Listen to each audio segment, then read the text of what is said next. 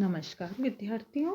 आज हम बीए पाठ प्रथम के प्रथम प्रश्न पत्र का अध्ययन करेंगे और द्वितीय इकाई में हम आज पढ़ेंगे कालिदास। भारतीय साहित्य विशिष्ट लौकिक संस्कृत के क्षेत्र में कालिदास की गणना सर्वश्रेष्ठ कवि नाटककार के रूप में होती है। कालिदास भारतीय वाङ्मय के देदीप्यमान नक्षत्र है। वह केवल उच्च साहित्यकार ही नहीं बल्कि भारतीय संस्कृति के पक्षधर और आदर्शों के संवाहक लेखक भी हैं।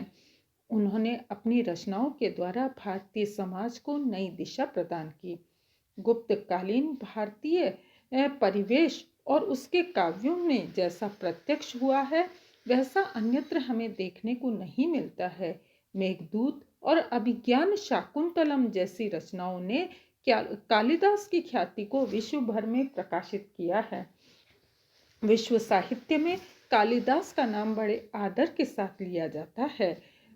अब हम ये देखते हैं कि कालिदास की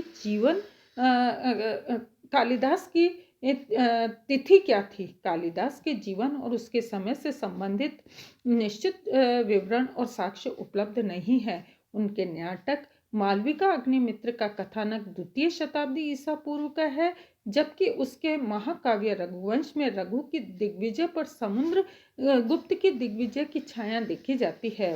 यही नहीं, कालिदास की कृतियों में ऐसे प्रतीकों का भी प्रयोग हुआ है जिसका अस्तित्व गुप्त काल से पूर्व की कला में सर्वथा अनुपलब्ध है। डॉक्टर वासुदेव शरण अग्रवाल के अनुसार वाहन युक्त गंगा और यमुना की प्रतिमाएं, शिखर युक्त मंदिर, कालहंस युगल के छाप से युक्त दुपट्टा गुप्त काल से पूर्व अनुपलब्ध है। इसलिए भारतीय साहित्य के इस उद्भट विद्वान का समय विवाद का विषय बन गया है कि वह ईसा पूर्व द्वितीय शताब्दी में हुए या गुप्त काल में। विक्रमादित्य की जनश्रुति ने इसमें और भी भ्रम पैदा कर दिया है। जनश्रुति के अनुसार कालिदास विक्रमादित्य के सभा पंडित थे। ऐसा माना जाता है कि विक्रमादित्य के आख्यान में गुप्त विक्रमादित्य की जीवन की सफलताएं घुल मिल गई है। जनश्रुति के स्थान पर प्रत्यक्ष प्रतीक और रूप अधिक विश्वसनीय होते हैं। अतः वर्तमान अवस्था में कालिदास को गुप्त युगीन मानना ही सही प्रतीत होता है। कालिदास के नाम से कई महाकाव्य, गीति काव्य, नाटक और अनेक कृतियां प्रसिद्ध हैं। उनमें निम्नलिखित प्रामाणिक रूप से कालिदास की रचनाएं मानी जाती है। महाकाव्यों में रघुवंश और कुमार संभव, लघु काव्यों में मेघदूत और ऋतुसंहार और नाटकों में मालविका अग्निमित्र, विक्रमोर्वशीय और अभिज्ञान शाकुंतलम प्रमुख हैं। अब विद्यार्थियों, इन सारी रचनाओं की हमें संक्षिप्त जानकारी भी आवश्यक है। रघुवंश महाकाव्य कालिदास की रचनाओं में श्रेष्ठतम है। यद्यपि इसका मुख्य उद्देश्य राजा रघु के वंश और चरित्र का वर्णन है, लेकिन वास्तव में इसमें समस्त सूर्यवंशी शासकों का उल्लेख हुआ है। जिस प्रकार महाभारत कौरव वंश का इतिहास है, लेकिन उसमें कौरव पांडव संघर्ष का विशेष विवरण मिलता है, उसी प्रकार रघुवंश भारतीय इतिहास में सूर्यवंश के गौरव की गाथा है। इस महाकाव्य में 19 सर्ग है। पहले 9 सर्ग में राम के पूर्व के सूर्यवंशी राजाओं का चरित्र दिया गया है, जिसके मुख्य नायक दिलीप, रघु, अज और दशरथ है। इसके बाद 10वें सर्ग से 15वें सर्ग तक राम कथा वर्णित है और बाद के 4 सर्ग में राम के वंशजों का इतिहास हमें मिलता है। रघुवंश के सभी पात्र इसी धरती के हैं। कालिदास ने इस महाकाव्य में दिलीप, रघु, अज, दशरथ, राम, कुश आदि सभी राजाओं के जीवन घटनाओं को इस प्रकार संयोजित किया है कि कहीं भी कथानक के प्रवाह में विराम नहीं आया है। रघुवंश की रचना में रघु की वंश परंपरा के साथ राम की जीवन घटनाओं पर विशेष ध्यान दिया गया है।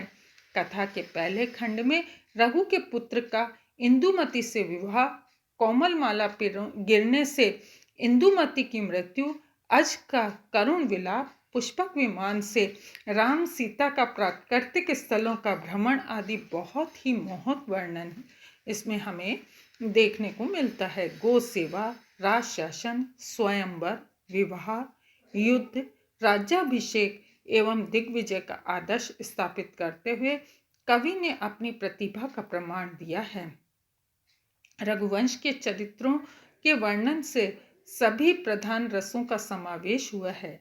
आश्रमों के वर्णन में शांत रस, युद्ध में वीर रस, दैनिक जीवन की घटनाओं में श्रृंगार का रस का सुंदर निष्पादन हुआ है।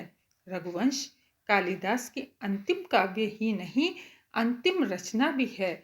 इसकी विशेषता इतनी सरल भाषा में निहित है, संभवतः इसकी लोकप्रियता का यह एक कारण भी है। कालिदास की यही एक ऐसी कृति है जिस पर सर्वाधिक टीकाएं लिखी गई है। दूसरा महाकाव्य है कुमार संभव। कुमार संभव कालिदास का दूसरा महाकाव्य है। शिव की कथा पर महाकाव्य की रचना केवल कालिदास ने ही की है। इस कृति का कथानक यद्यपि शिव पार्वती की कथा और कार्तिकेय के जन्म पर आधारित है, परंतु कथा का लक्ष्य तारक नामक असुर का वध प्रतीत होता है। कथानक की प्रेरणा यद्यपि महाभारत और पुराणों से ली गई है, किंतु कालिदास ने जिस रूप में उसे प्रस्तुत किया है उससे उसके निजी संयोजन की प्रतिभा प्रकट होती है। इस ग्रंथ में 17 सर्ग हैं, जिनके प्रारंभ में 8 सर्गों को ही कालिदास द्वारा रचित माना जाता है।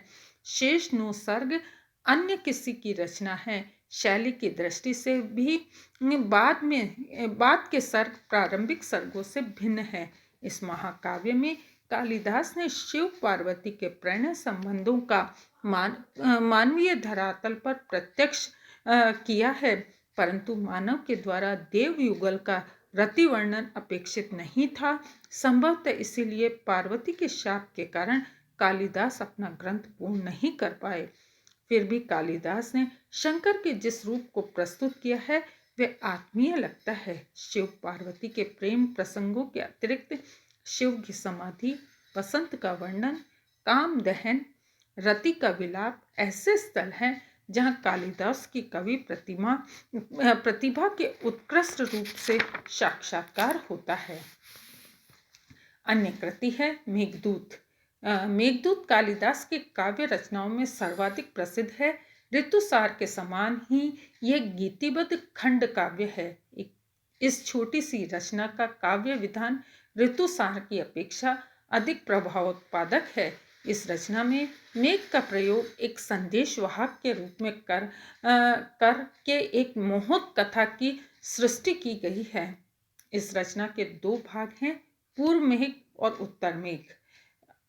मेघदूत एक रसमय कविता है। कालिदास की इस कृति में मनुष्य के आंतरिक कोमल भावों को प्रकृति के सौंदर्य में समावित कर मोहक भाव सृष्टि की है। मेघदूत वस्तुतः मंदाकांत छंद में निबद्ध प्रेम का अमर काव्य है, जिसकी उदात्त पक्ष विरह से लेकर पल्लवित हुआ है।